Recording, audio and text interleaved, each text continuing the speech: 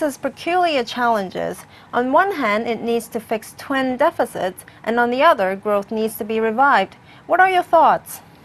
Yes, it's a difficult dilemma they're in.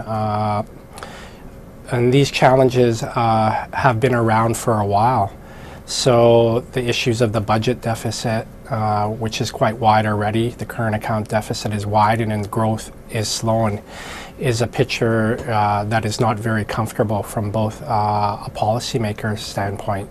So I think this is why there has been so much attention focused on the structural reform process in terms of both economic reforms, in terms of improving the economy's competitiveness, but also in terms of fiscal consolidation in order to bring in the budget deficit. India's FM has been quite confident and adamant that the current year's fiscal deficit will not breach 5.3%, and next year's deficit will be around 4.8%. Do you think that this is achievable? Well, all deficits to be our targets are always achievable. I guess the question comes down to a matter of willpower and the willingness to implement the measures that are needed to meet the target. As for the fiscal year 13 deficit, we're already 9 months into the year in terms of the data that's been released. And so far the data suggests that it's going to be a close call in terms of whether they can meet the target of 5.3% of GDP.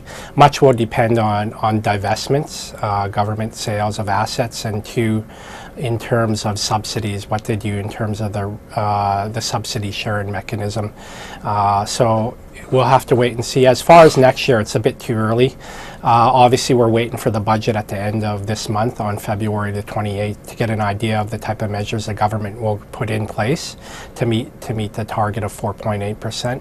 But obviously, a lot will also depend on just the general growth prospects. To attain these targets, India needs to cut the subsidy burden substantially. Do you think India has the political will to do that, considering 2014 is election year?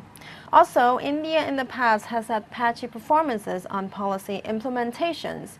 Do you see political risks taking over economics? Yeah, very good questions, and they're both very difficult to answer. Obviously, political will is very difficult to assess. I mean, if you look at India's recent track record going back to the last general election back in 2009, the budget did widen in advance of general elections, but obviously it was a difficult time back there in terms of the global financial crisis.